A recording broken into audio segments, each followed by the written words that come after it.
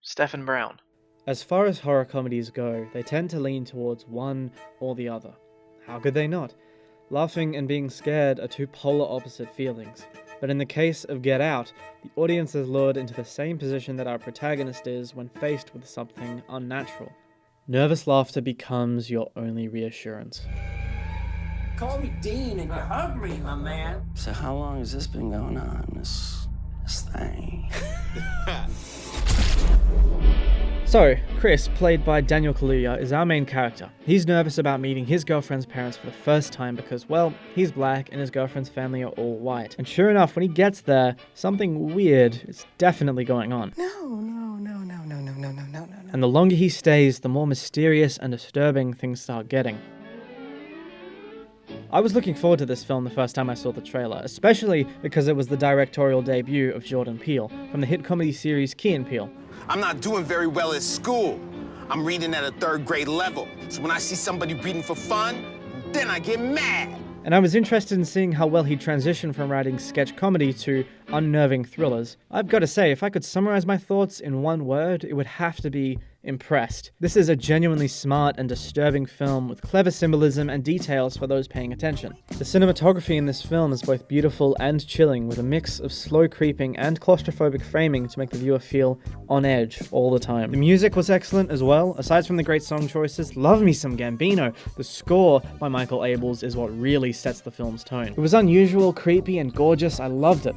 As for things that could have been improved, I think we're all over jump scares by now. They're okay, even pretty important in a horror film sometimes, but when someone walks behind the main character, and they don't even see it, you do not need an obnoxious jump scare music cue. Another issue I have with the film involves certain things that are devoid of logic or happen purely to create suspense rather than make sense. I am trying to avoid spoilers because, despite these small flaws, I highly recommend Get Out. Definitely see it if you're a fan of horror, see it anyway if you're not, because I'm giving this film a 3.5 out of 5 jump scare music cues. Get out. Sorry, man. Get out! Yo! You ain't heard nothing yet. Fasten your seatbelt. Say hello to my little friend. Mr. Stephen Brown. What's the most quotable movie you've seen? Now for me, it's not any Star Wars or Monty Python films. In fact, it's Tommy Wiseau's 2003 masterpiece of failure that is The Room. It's about Johnny, played by Tommy Wiseau, his fiancée Lisa, played by Juliette Danielle, and Johnny's best friend Mark, played by Greg Sestero. The plot revolves around Lisa manipulating and sleeping with Mark repeatedly, effectively ruining Johnny's life. Now imagine that, but the entire film is atrocious. You must be kidding, aren't you?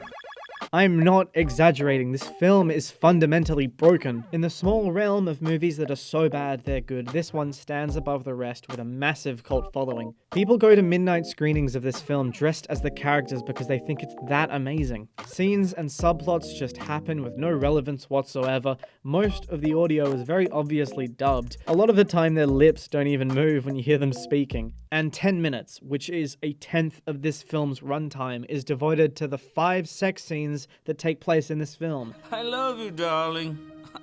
Come on, make love to me. Every element of filmmaking is executed poorly, but the highlight, of course, is the incompetent acting. Bad actors and a terrible script produce some of the most awkward and absurd moments you will ever see put on a screen. Just a little chicken. Chip, chip, chip, chip, chip, chip, chip.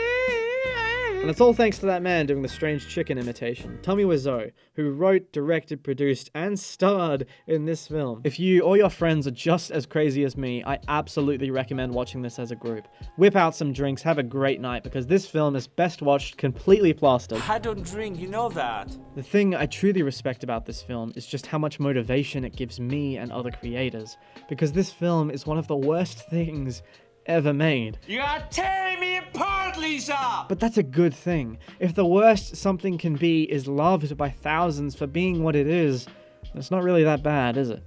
I'm giving this film a final score of 1.5 out of 5 really bad chicken imitations. Chip, chip, chip, chip, chip, chip, chip.